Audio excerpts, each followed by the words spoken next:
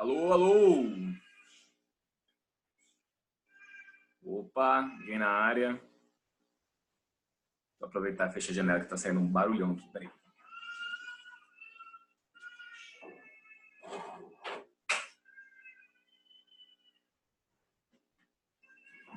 Aí, voltei. Olá, olá, boa tarde a todos e todas.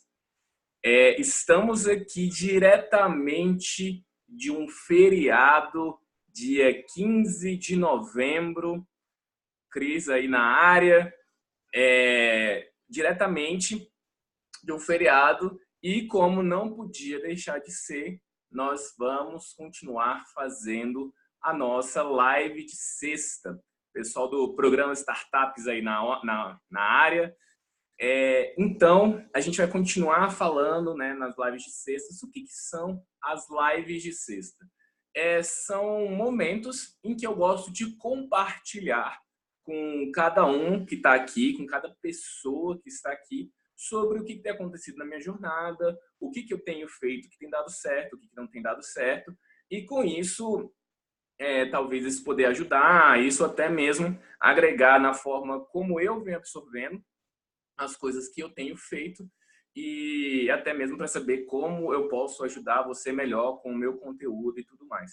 Então, é essa oportunidade que a gente tem aí. Elaine na área, tudo bom, Elaine?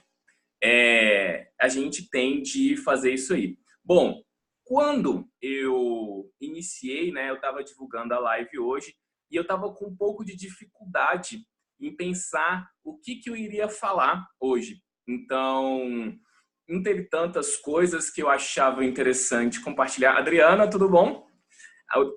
Eu fiquei pensando por muito tempo e ontem, né, eu faço parte de um grupo de educação criativa, não necessariamente relacionado à tecnologia, né, que é um pouco a minha área, mas um grupo de educação criativa em geral. Então, a gente trabalha com design thinking, tem gente que trabalha com empreendedorismo, enfim, tem diversas áreas, mas todo mundo relacionado à criatividade.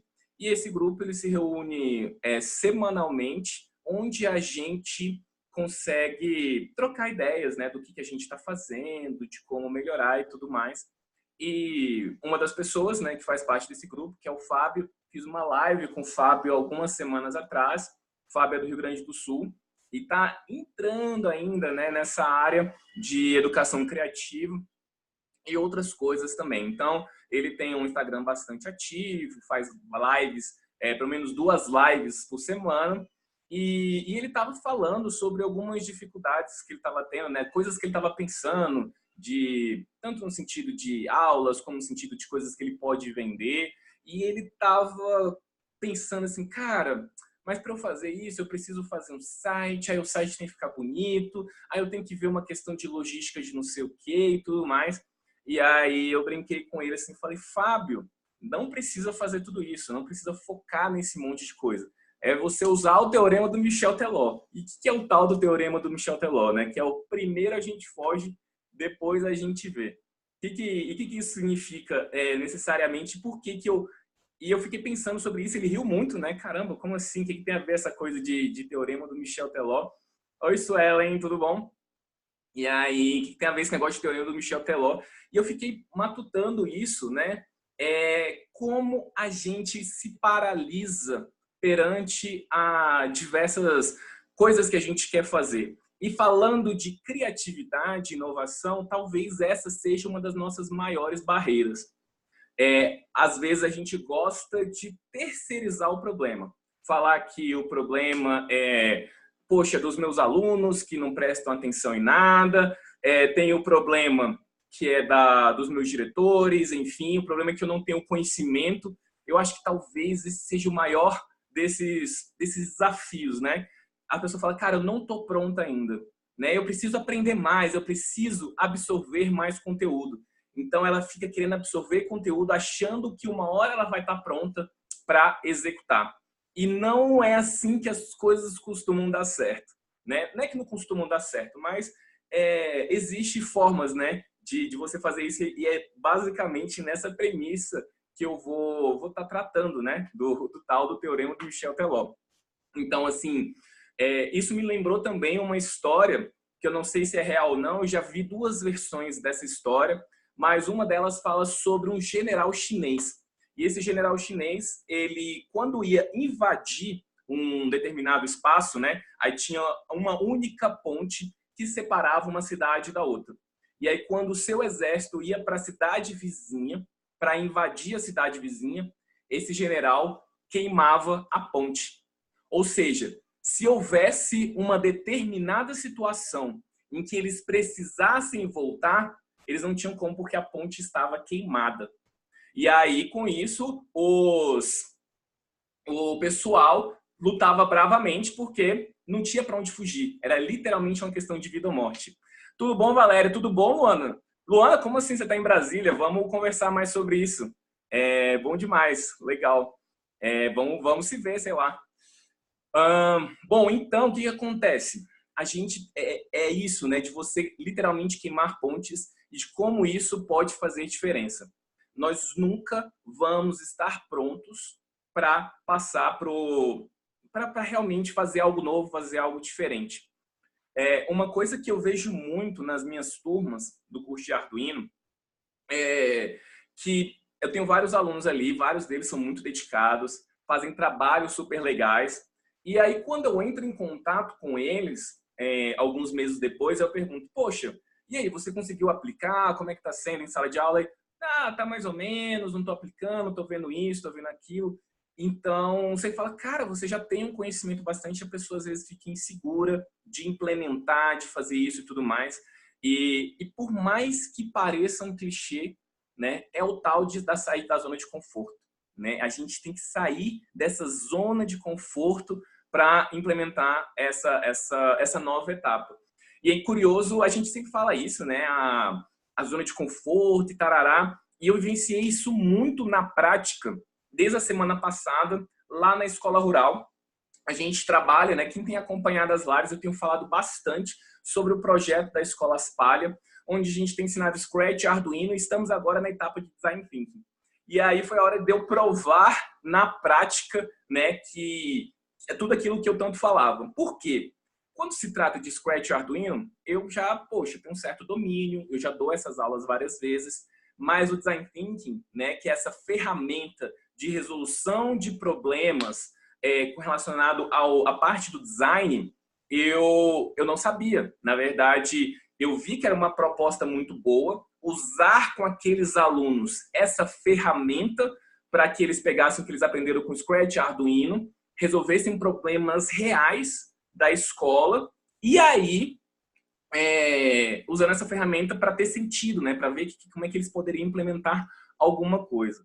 Então, nesse ínterim, né, eu achei que fez muito sentido, só que eu não tinha domínio nenhum sobre design thinking, só era um grande admirador, né? Falei com uma amiga minha, com a Lara, da Educar, ela me deu várias dicas, né, de como implementar, quais são as estratégias e tudo mais. Só que, gente, treino é treino e jogo é jogo. Então, eu entrei na sala de aula na segunda-feira passada e, poxa, tudo que eu imaginava que ia acontecer, muitas coisas deram errado, eu tive que implementar no meio do caminho. Fui aprendendo ao longo das 4 aulas. No final da primeira jornada, né, da aula da semana anterior, que inclusive compartilhei aqui, até que deu certo, até que as coisas aconteceram e eu fiquei um pouco mais seguro. Então, eu falei, cara, legal, estou trabalhando com algo que eu não conheço, né, com algo que não está no meu espectro, mas a gente só vai realmente dominar aquilo que a gente colocar em prática, né? Então, não tem como a gente prever exatamente o que vai acontecer, porque é um caminho incerto. E o que aconteceu na semana seguinte, quando eu já estava um pouco mais, vamos dizer assim, confortável, né? Eu estava bem tranquilo com relação ao Design Thinking, fui de novo para a sala de aula e a gente continuar implementando o trabalho. A primeira turma foi ruim, a segunda foi pior ainda. Então eu falei, cara, foi tipo assim, foi um verdadeiro 7-1, né? Um verdadeiro 7-1. Eu falei, cara, a gente vai ter que repensar, vai ter que reestruturar a estratégia, né? Tava falando com o Rodrigo, que é esse colega meu que dá aula comigo lá. Mas isso faz parte do processo, né? Toda vez que a gente quer fazer algo novo, a gente vai entrar numa situação de risco. A gente não sabe o que vai acontecer. Pode ser que coisas maravilhosas aconteçam e pode ser coisas que não dê tão certo. É como diz aquele velho ditado, né? Seu chão, se forem tirar o seu chão, tirarem o seu chão de você, o que pode acontecer? Você pode cair, mas você também pode voar, né? Então, como é que você faz isso? Você continua implementando e você tentar aprender com a sua jornada. O que acontece aqui, quando eu venho compartilhar nas lives, quando eu venho nas aulas, né, do Arduino, eu vou falando o que eu aprendi, eu vou tentar mastigar para que a sua jornada seja a mais fácil possível. Só que eu não posso garantir exatamente o que pode acontecer na sua sala de aula. Eu posso dar dicas, né? Existem padrões de comportamento dos alunos, existem formas como eles podem reagir, né? Mas eu não posso detalhar exatamente, eu não tenho, poxa, eu não sou um oráculo para dizer o que vai acontecer exatamente. E aí, como você vai lidar exatamente com seus desafios é só quando você estiver ali executando de fato, né? Só você vai saber, né? No meio do olho do furacão ali, você pode ter pilares, você pode ter essências. Então, quando eu fui fazer aula lá do Design Thinking, eu não estava despreparado, né? Eu tinha um preparo inicial, eu tinha uma base teórica, mas não sabia tudo, né? Eu não sabia os detalhes, os pormenores, mas eu tinha a essência daquele negócio.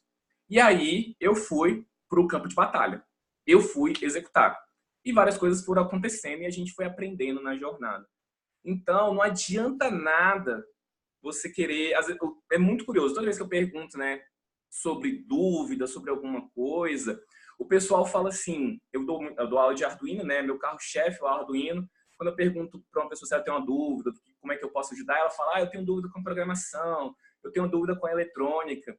E para mim, eu percebo muito que não é exatamente saber como o ultrassom funciona ou como o LDR funciona. Isso é importante você saber. Existem maneiras e técnicas para você fazer isso, mas o mais interessante é você botar a cara, é você executar, né? É você sair realmente dessa zona de conforto, é implementar na prática o teorema de Michel-Teló. Primeiro a gente foge, depois a gente vê.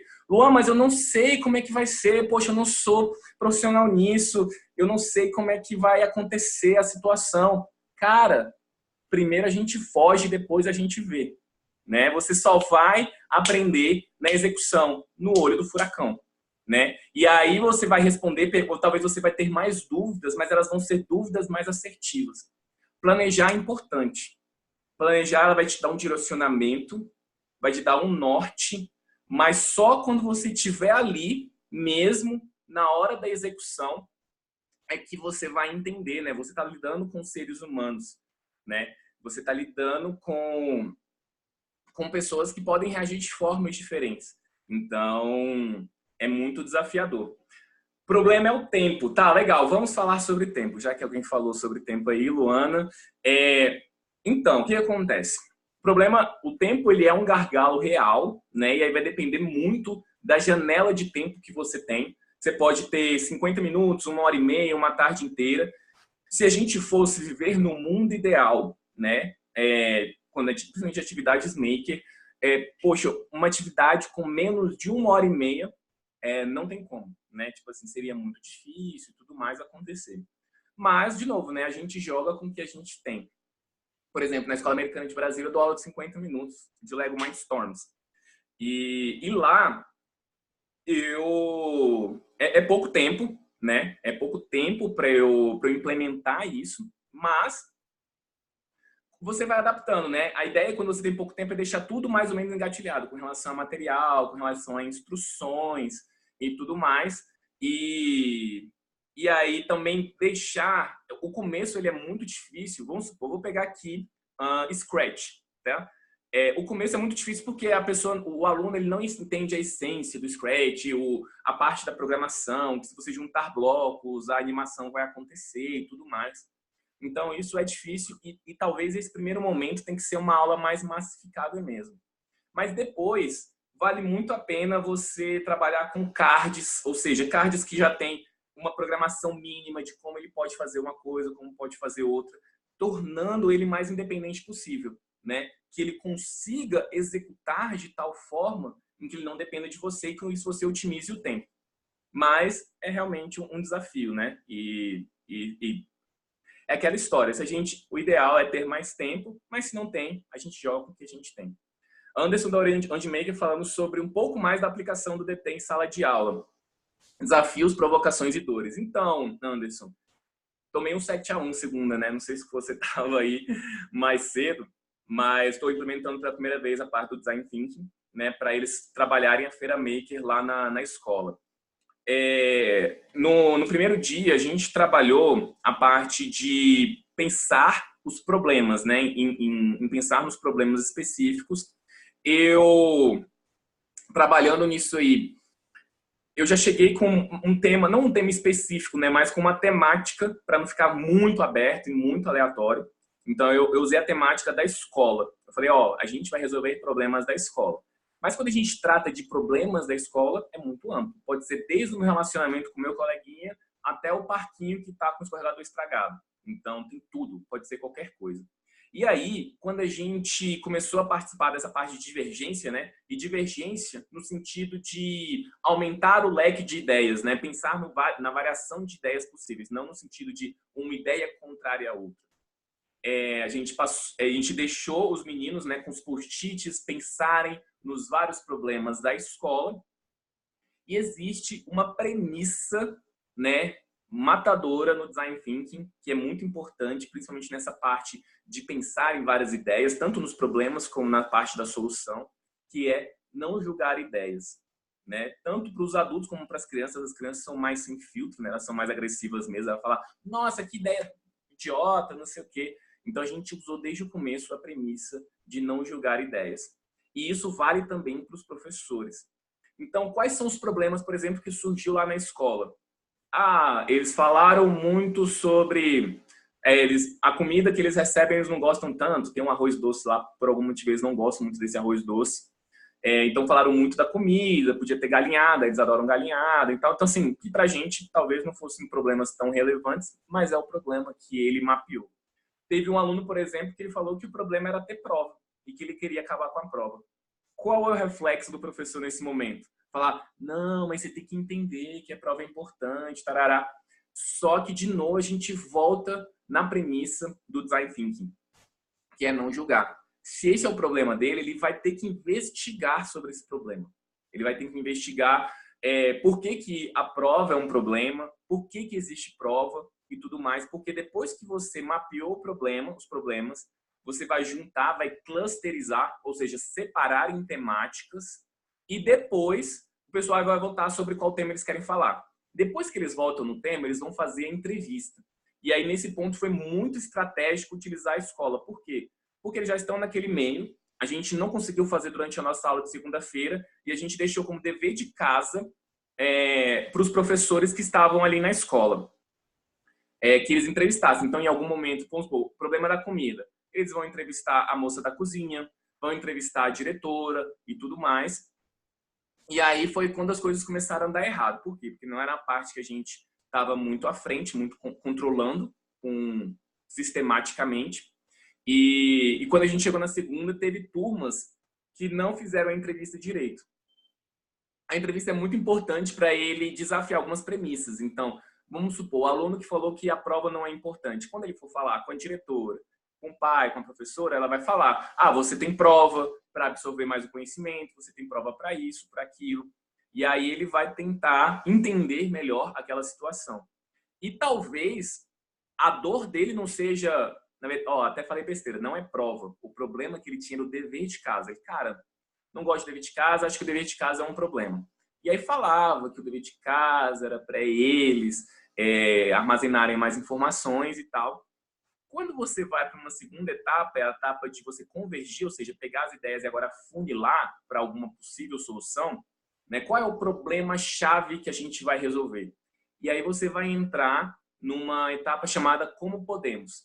Então, você vai pegar tudo que você fez de entrevista, dos problemas que você mapeou, do que você entendeu, você vai resumir numa frase simples e objetiva. Que é falar Como Podemos. E quando a gente foi ajudar os meninos a implementar Como Podemos, talvez a grande dor dele não era fazer a prova, ou fazer o dever de casa. O problema era ele estar em casa e não fazer uma coisa que seja divertida. Então, talvez o como podemos não era só como podemos eliminar o dever de casa, mas como podemos ter atividades de fixação, porque a gente precisa de atividades de fixação, desde que essas atividades sejam divertidas. Então, quando você afunila essa parte do como podemos, o problema fica mais claro, né? Entender de fato a dor aí da situação para a gente resolver esse problema. Deixa eu ler algumas coisinhas aí, deixa eu só dar um oi pro Fábio. Eu estava falando no começo da live que o Fábio foi o meu inspirador para essa live, né? No nosso queridíssimo teorema do Michel Teló. Primeiro a gente foge, depois a gente vê. E deixa eu falar com a Luana, ela fez um comentário aqui mais cedo sobre uma frase que tocou ela muito. Passei ao lado de um local e falei, nossa, parece um presídio. E a pessoa disse, não, é uma escola. E uma criança que estava ao lado disse, mas a escola é um presídio. É muito louca essa reflexão, né, Luana? Quando a gente para pensar, na verdade, sobre o formato da escola, né, muros altos, né, um lugar onde a pessoa não pode fugir e tudo mais, eu vi uma vez, acho que foi eu ouvi do Murilo Gun, mas isso já ouvi de outras pessoas também, que a escola, o exército e a prisão, elas têm três coisas em comum, né? Você tem muros altos que impedem da pessoa fugir, você tem um sinal, né, que para a pessoa sair daquele lugar onde ela está presa, para ela tomar um sol. Então é muito similar mesmo a questão do presidiário com a questão da criança. A criança está lá na sala o tempo todo, entre as quatro paredes, olhando para o professor. Quando toca um sinal, tipo, ela pode sair e tomar o seu banho de sol, que é um direito mínimo do ser humano, né? E aí ela vai lá para fora, vai pro recreio e tudo mais, que se assemelha um pouco a essa questão da prisão, né? Poxa, se a escola... por que a escola tem muros tão altos, né? Poxa, então não é um lugar convidativo, não é um lugar onde a pessoa quer estar, né? Então, realmente é algo que faz a gente refletir e buscar ressignificar o papel da escola, né? A gente, pelo que a gente viveu mesmo, né, já tem esse paradigma muito forte de que a escola tem que ser chata, a escola, poxa, aqui é o lugar onde você vai aprender, onde tem que ser as coisas sérias. Então você, poxa, não é para ser assim, não é para ser divertido. Divertido você joga videogame, divertido você vai para o clube. E a escola não é para ser divertida. E o que é irônico é que as coisas, né, que a gente, poxa, a gente vai, na essência, se a gente parasse para pensar a essência da escola, o que é a essência da escola? Poxa, a escola, na sua essência, é o lugar onde eu vou aprender sobre a vida. Cara, se alguém me fala que eu vou para um lugar onde eu tô me lascando, que é a vida, né, onde eu não sei nada, e vai ter um lugar específico que vai me ensinar sobre como as coisas funcionam, poxa, eu vou amar esse lugar. Esse lugar tem que ser maravilhoso. Mas o que acontece é que ele vai chegar lá, vai me ensinar a armazenar um monte de informações, que muitas delas nem fazem tanto sentido, né? Poxa, para que eu preciso saber de qual, como calcula o volume do cilindro? Ou como é feito uma mitose e uma meiose, né? E você deixa de trazer paixão e significado. E as coisas ficam um tanto assustadoras. A gente parece que quando trabalha com algo divertido, esse algo vai deixar a criança frouxa, né? A gente quer que ela crie casca, que ela consiga seguir em frente. Mas não necessariamente a gente pode fazer e precisa fazer isso de uma forma que não seja divertido. Se a gente parar para pensar em momentos lúdicos da nossa vida, que a gente estava jogando um jogo, estava num momento, né, um momento desafiador, jogando cartas, jogando baralho, jogando imagem e ação, não sei. A gente estava imerso completamente naquele processo, né? Num estado, inclusive, que a mente humana, né? De um cara psicólogo aí, eu não sei falar o nome dele, que é muito difícil, mas que ele falava de estado de flow, um estado em que você está completamente imerso e concentrado naquela atividade e que você desempenha na sua mais alta performance, né? Então, poxa, você se divertir está altamente relacionado à alta performance. Ou seja, a educação não precisa ser chata, ela não precisa ser forçada. Ela pode ser divertida, não só porque a coitadinha da criança não pode fazer uma coisa que não é divertida. Nada disso, porque a criança vai performar muito melhor. porque a gente performa muito melhor em ambientes mais lúdicos. Então, por isso que aí hoje fala em gamification e não sei o quê, porque você coloca um ambiente, né, de diversão em que a pessoa se engaja por mais tempo. É aquele conceito, eu já falei isso numa outra live, né, que é o hard fun, lá do Seymour Papert, do MIT. Ou seja, a diversão não necessariamente está associada a algo fácil, né? Quando a criança joga lá um videogame, às vezes ela está jogando algo super difícil, né? E ela consegue passar, ela consegue se engajar, mas porque aquilo tem significado para ela e porque aquele desafio foi atrativo. E na escola, fazer uma lista de exercícios de matemáticas não é atrativo.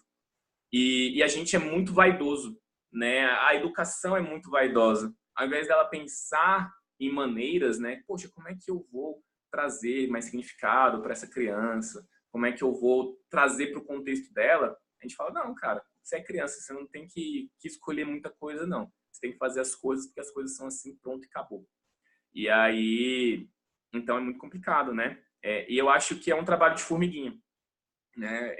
A Luana que falou isso, eu acredito que ela já faz isso, é uma coisa que a gente tenta fazer em sala de aula. É desafiador, né? Nem sempre a gente está no nosso melhor clima, a gente está falando, poxa, de 20, 30 alunos, como é que a gente vai conseguir deixar esses alunos, né, desse estado de flow, se a gente está muito arraigado a outras coisas. Mas é isso, né? A gente tentar um passo de cada vez, né? A gente dar umas primeiras ressignificações. Então, eu acho que faz muito parte da gente, né? O que eu procuro trazer nas lives é mais essa mudança de comportamento, da gente olhar as crianças com muito mais carinho, né? Com realmente entender um pouco mais, ouvir com mais cuidado essas necessidades delas e fazer com que ela engaje. Quando a gente estava falando da etapa do Design Thinking na escola, e que é a minha aposta, ainda não é realidade. Eu vou ser muito sincero para vocês, ainda não é realidade porque a gente está no estágio muito inicial. Mas a ideia é que, trazendo deles, eles que estão puxando os problemas que eles querem resolver. Por mais que os problemas que às vezes eu acho que eles resolvam sejam mais bobos, mas são os problemas que eles escolheram resolver. Então, a chance, né, deles se engajarem, trazer uma solução é muito mais alta, né? Essa coisa, de novo, né, do significado. Se a escola trouxer significado, eu acho que, poxa, é tudo, né? A capacidade de resolver problemas, a capacidade de estar conectado ao que as coisas do dia a dia, né? A gente tá falando, inclusive, com um auxiliar da escola, e ele falando como ele não gostava de matemática, como achava ruim matemática. E tinha um outro professor, quando foi ensinar porcentagem, para eles, ele sempre associava com a questão de dinheiro, com a questão do dia a dia e tudo mais. E ele falou que naquele momento ele adorava aquela aula, aquele professor, e começou a gostar mais de matemática. Por quê? Porque ele viu o contexto, porque ele viu o significado naquilo, né? Então, esse é o desafio. Você fala, o aluno sempre pergunta e a gente, de novo, como professor, é muito vaidoso. O aluno fala assim, cara, para que isso vai servir para minha vida? Para que esse conteúdo vai servir na minha vida? E aí a gente vai falando pelas beiradas ali e tudo mais. Ah, não, mas tem a prova, tem o Enem, você precisa fazer o Enem. Mas a gente tem, né, que vestir a sandália da humildade, calçar a sandália da humildade e perceber, talvez não tenha tanto significado assim. Ou então começar a buscar mesmo, a cavucar mesmo naquele conhecimento, o que aquele conhecimento pode ser aplicado na vida daquele aluno, né? E a gente começa a se surpreender pela capacidade que eles têm de se engajar com relação àquilo. Lembrei de uma história muito legal que está acontecendo na escola. Teve uma vez que a gente começando a ensinar essas coisas de eletrônica e tudo mais, teve um menino chamado Luiz Fabiano, se não me engano. Não sei. Eu sou muito ruim de nome. E ele tinha um carrinho que quebrou. Um carrinho com motorzinho e tal, quebrou. E ele mandou pro Rodrigo, e nesse ponto, o Rodrigo, né, da MetaMaker, ele é muito safo com essas coisas de eletrônica e tal, muito mais do que eu. E aí ele entregou esse carrinho pro Rodrigo e falou, professor, quebrou, quero saber o que dá para fazer e tudo mais. Então, toda vez que acabava a aula do 4º ano da tarde, ele ia para a biblioteca, né, que é o nosso espaço maker lá da escola, e aí ficava o Rodrigo, o garoto, Luiz, gente, eu sou muito ruim de nome, nem vou arriscar o nome da criança. Ficava o garoto e mais uns outros amiguinhos em volta, né? E aí o Rodrigo viu que o motorzinho continuava funcionando, mas tinha outras coisas que não estavam. Ele deu uma soldada, foi, né, colocando alguns outros componentes. Ele soldou, colocou um buzzer, um LED de alto brilho e tudo mais. Foi dando até deveres de casa para mim e falou: ó, a gente já fez aqui a parte do motor funcionar, agora você vai fazer uma carcaça nova. Você vai pegar papelão e vai fazer essa carcaça nova. E aí a gente teve que ir embora e ele continuou lá fazendo e tudo mais. E olha só que engraçado. Não sei se foi no mesmo dia ou se foi no outro dia. E uma informação muito importante. Esse aluno é aluno problema. É aluno problema na escola, extremamente violento. Extremamente violento não, violento. Teve um dia específico, acho que foi na nossa quarta aula, lá no começo. Ele é um aluno calado, ele não é um aluno que atrapalha. Mas teve uma situação em que alguém xingou ele de, sei lá, orelhudo, alguma coisa assim. Ele meteu a porrada. Foi a única situação de violência física nas nossas aulas, foi com esse garoto lá no começo do semestre. E agora a gente está, algumas semanas depois, ele está lá na biblioteca, no nosso espaço maker, mexendo lá no carrinho dele, mexendo em várias outras coisas. E a sala estava meio bagunçada e ele começou a falar assim, não é para deixar a sala bagunçada. Ele começou a cuidar da sala. A sala tá bagunçada, vocês não podem deixar as coisas assim, as coisas assado. Então, um garoto que não tinha, né, a noção da responsabilidade pelo ambiente, começou a criar significado por tudo aquilo que estava ao redor. Mudou completamente o engajamento pelas atividades e tudo mais. Por quê? Porque ele chegou um dia com o carrinho dele quebrado, Rodrigo acolheu ele, falou, vamos fazer alguma coisa aqui, vamos consertar, vou mostrar que foi junto com ele, construindo algo junto, ressignificando algo junto, e aquilo trouxe significado para a vida dele. Quantas vezes a gente não culpa aluno, falando que aluno é aluno problema, que aluno é aluno difícil, e às vezes ele é aluno problema, ele é aluno difícil, porque tem todo um histórico, porque às vezes a pessoa, gente, tem gente que é diferente uma da outra mesmo, tudo bem. Mas a gente não parou para entender aquele aluno e para cativar aquele aluno, como o Rodrigo fez com ele, com esse aluno. Né? A gente tem preguiça, a gente quer ganhar no grito. A gente quer receber o nosso respeito no grito. O respeito no grito, ele é conseguido de forma rápida, mas ele é conseguido de forma ineficaz. Ele não funciona no longo prazo. Porque o menino só vai te obedecer enquanto ele está te olhando. Chegou o tio Luan, ele é super bravo, então eu não vou fazer coisa errada. Quando o tio Luan virar as costas, ele vai fazer coisa errada. Agora, se ele entendeu, se ele acolheu, se ele entendeu o significado, por que não é para ele gritar, por que não é para ele subir na mesa, por que não é para ele bagunçar, se ele percebe que aquilo é dele, dos colegas dele, isso demora tempo, gente. Isso não acontece do dia para a noite. Isso demanda paciência. E às vezes a gente não tem paciência. Eu não tenho paciência às vezes. Não tem nada de errado com isso. É um exercício. É um exercício. Mas vale a pena no longo prazo. Não vale a pena para você não ser aquele professor, aquela professora que fica gritando, implorando silêncio.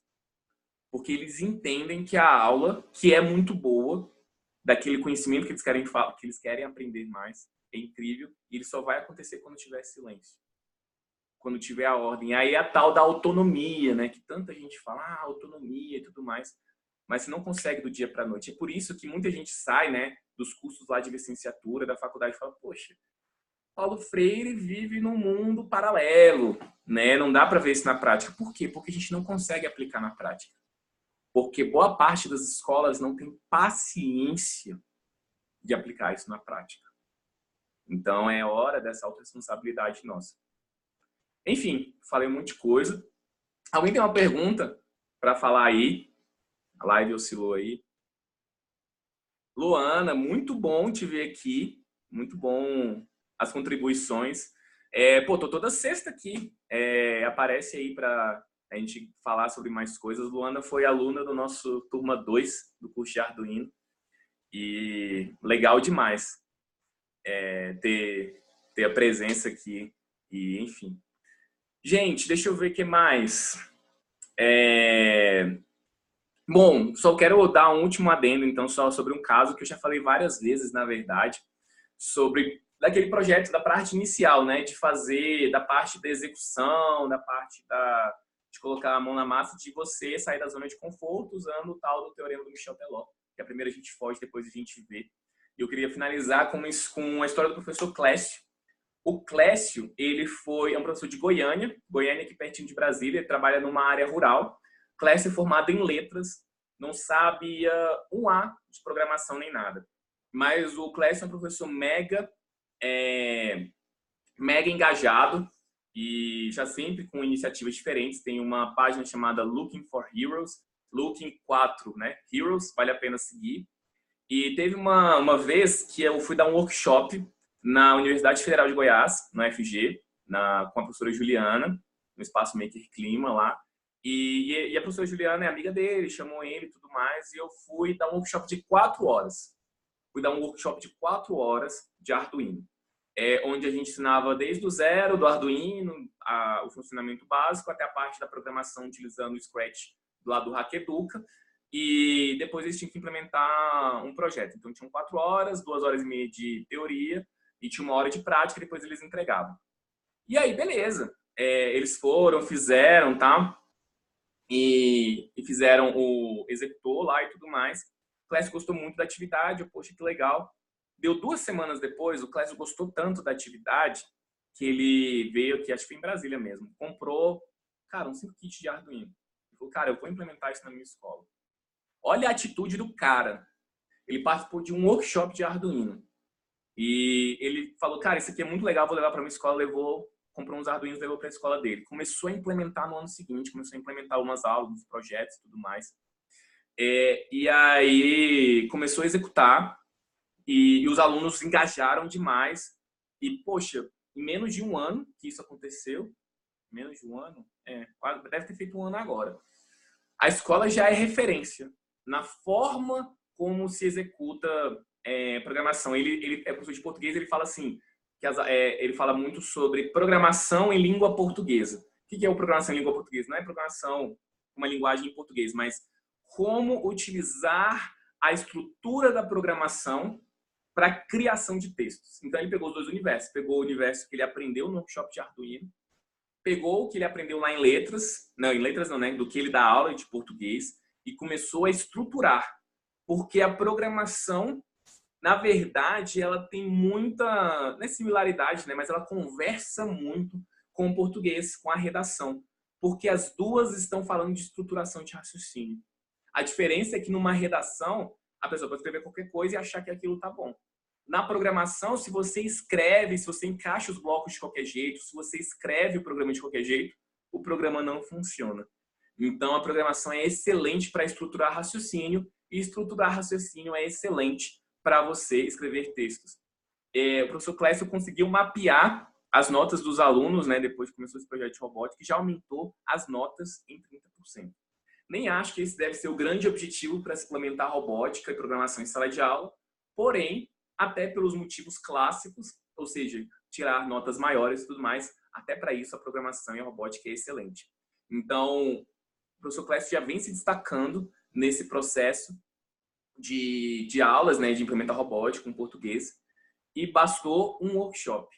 Um workshop e muita atitude, né? E eu acho que é isso que eu quero mostrar para vocês. Muita atitude. O professor Clécio não esperou estar pronto para implementar a robótica em sala de aula. Foi a jornada de implementar a robótica que tornou ele pronto.